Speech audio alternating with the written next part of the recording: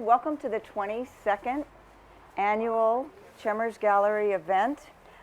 This year we're very pleased that part of the proceeds go to Chapman University, where I'm a professor, and to our Muth Reading Center, where we tutor children and where our own students who are studying to become teachers work with students. So part of the proceeds from the book sale today and the art sales will go to the College of Educational Studies, and specifically our Reading Center and our tutoring program.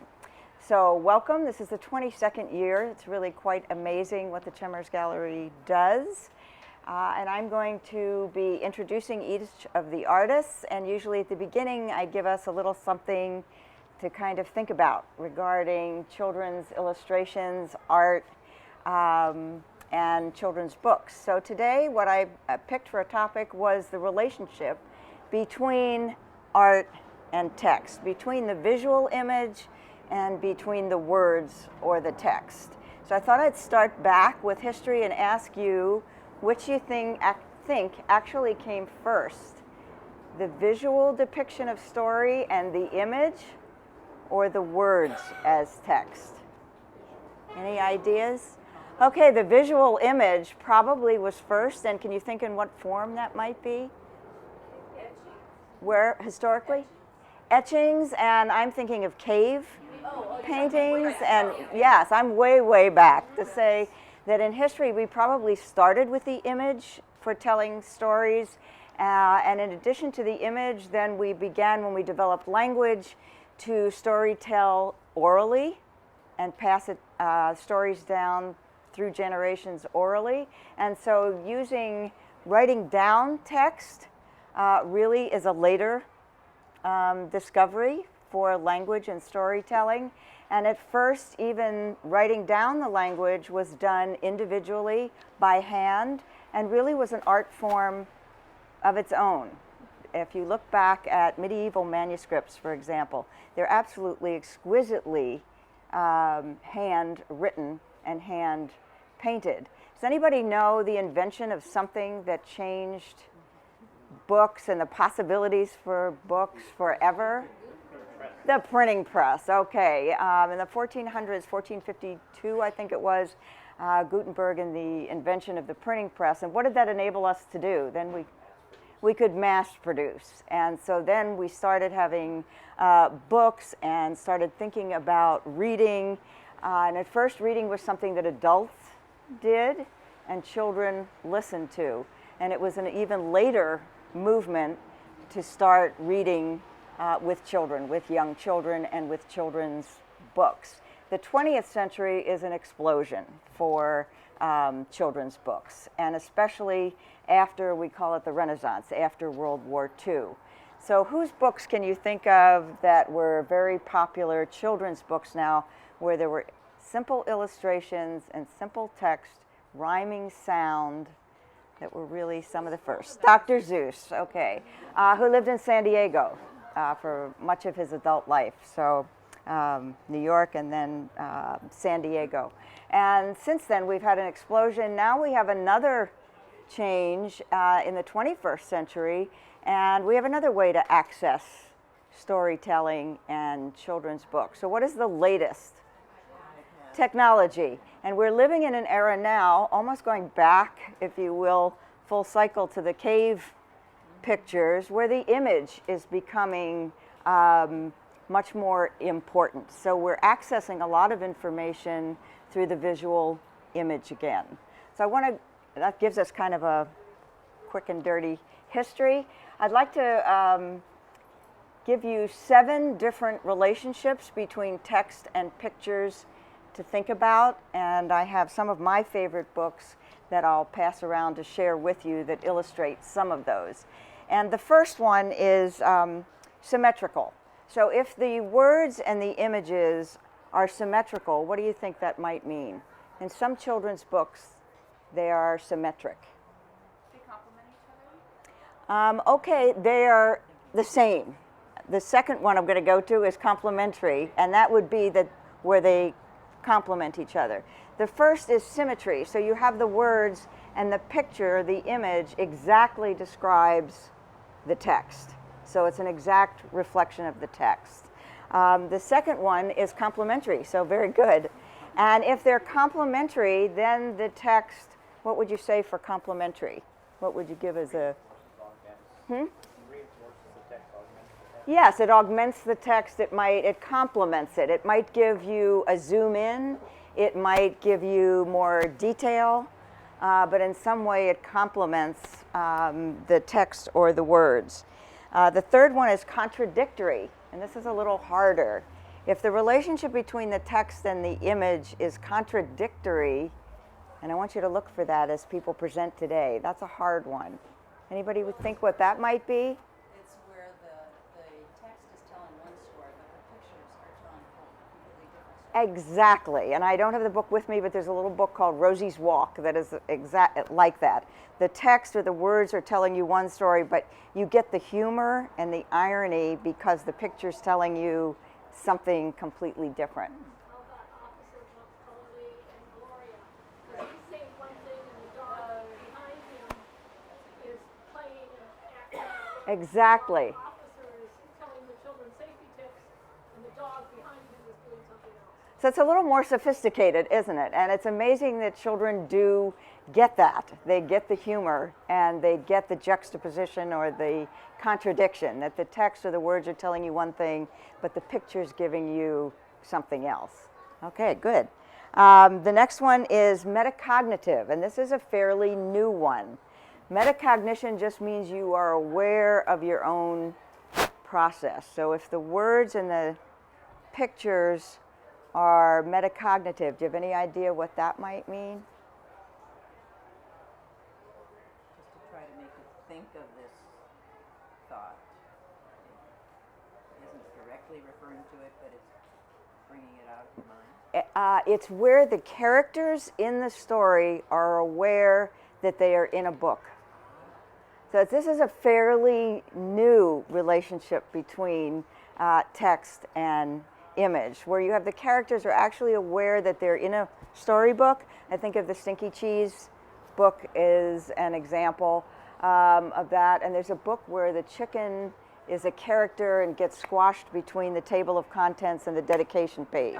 So you've got the visual image or the illustration, and the illustration is aware that it is in a storybook and sometimes aware that that you are the reader, that you are out there. It's a different relationship. For David Weissman, he has a book, The Three Little Pigs. Yes. Would you consider that, even though they're not, I don't know if they're aware if they're in the story. I'd have to go back and see, but the criteria is, are they aware that they're characters in a storybook?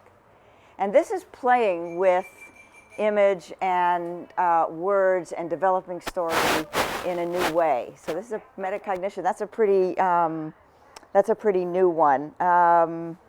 Interpretive is the next one. This is a different, yet again, a different relationship between the words and the text. I'll show you the example that I have. This is, believe it or not, an illustrated version of Moby Dick. And we know the text. Basically what the artist or illustrator did here was take something from each page of Moby Dick and out of his own imagination create a piece of art. So there's something on each page in Moby Dick, but not an exact representation that sparked a creative idea. But if you read it all the way through... And if you read it all the way through, it's fascinating to read the page and then to look and see if you can find what the artist took. And it's strictly non-representational, and it's their interpretation of what is in the text. And I'll leave this here so you can take a look at it. I think it's absolutely amazing to take a classic like Moby Dick. I think it took the artist about 2 years to do all of the illustrations, to do all of the artwork that goes with the book. And it's really an art piece of its own. And probably one of the newer ones is graphic. And what is the graphic relationship? We're moving now where the image is becoming more primary. What can you say about a graphic, the relationship in a graphic test? Like cartoons. Okay, cartoons would be one. What else? Okay, in upscale comics, we're now using comics as a form. And I think if you look in at some of the artwork today even, you'll see some that are kind of cartoonish. We have mostly, anybody read The Invention of Hugo Cabret or see the movie? Okay, that's a graphic novel where there are extremely detailed pictures, and the pictures actually move the story along. You would not get the story without the detailed pictures. And that's Bryan Selznick.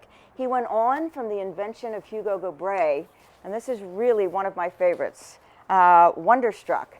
This is really two stories in one. There are two characters. One story is told only in pictures. It's graphite. It's black and white. The other story is told only, you can see the detail here. When I get to the text.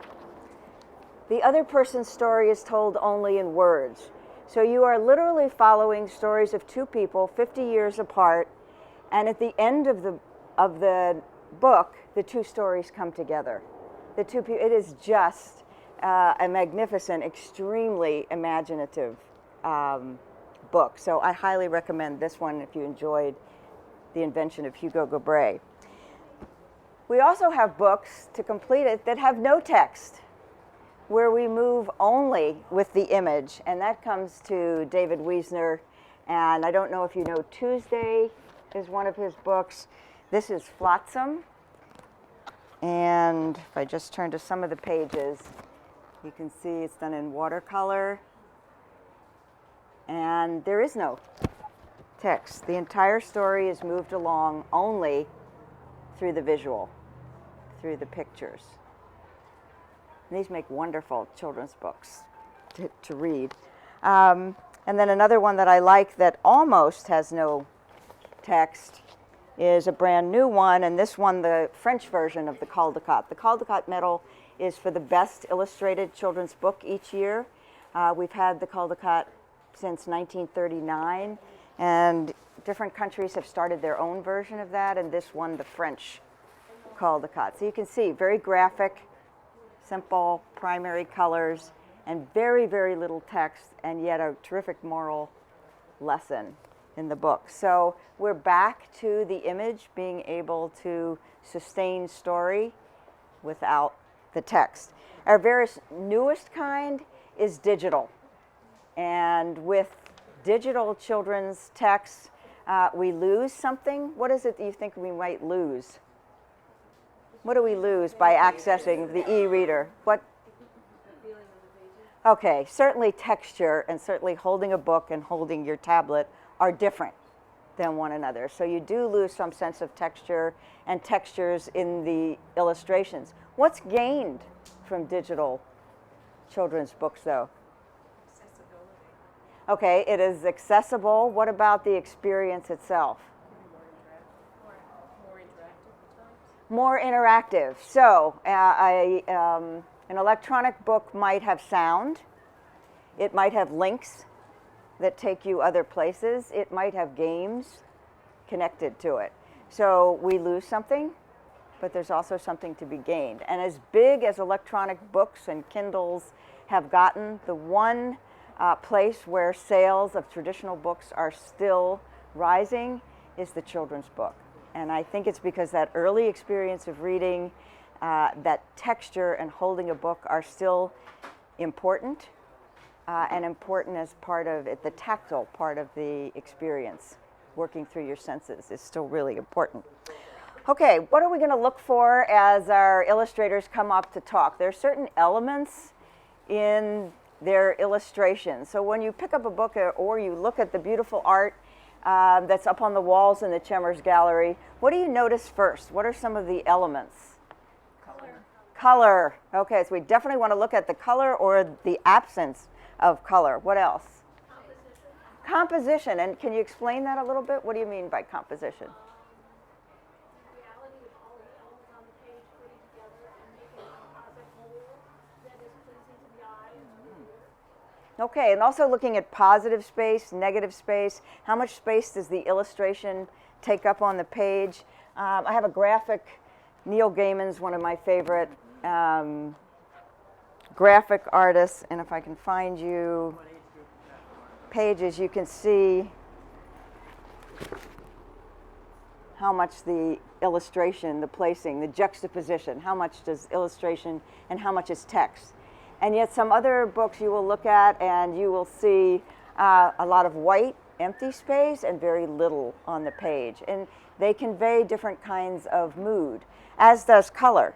If I give you this one, and you get the primary, the bright colors, what kind of mood?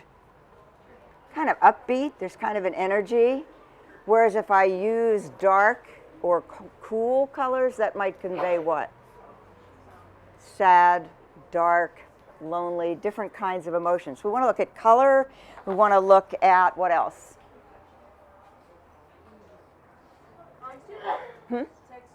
Texture, okay, some are layered and have texture, collage. Certainly you look for texture. How about line? Sometimes you'll read a book and it all looks very horizontal. Sometimes it'll have a lot of lines that are going this way, and sometimes you get the diagonal. Sometimes they're straight and sometimes they're curves. We want to look at color, line, space, light and shadowing, texture we mentioned, shape, and whether it's realistic or whether it's fantastic, whether it is more like the fairy tales. There's always a relationship between the author and the artist. Sometimes it's the same person, but more and more in the industry today, one person is doing the illustrating and another person is writing the text. Sometimes that relationship is fairly distant, and sometimes there's a really close connection. Sometimes as the author is writing, they're really thinking of the visual imagery and they have something definite in mind. And sometimes it takes an artist, somebody coming in that does something completely different with the text than the author imagined originally. So as we meet 6 wonderful, well, they're going to be groups, you're going to meet more than 6 illustrators. We have elements to look for, and we also have that relationship between the image and the text to look for. So I think I will, with that, do we have our first group? Thank you.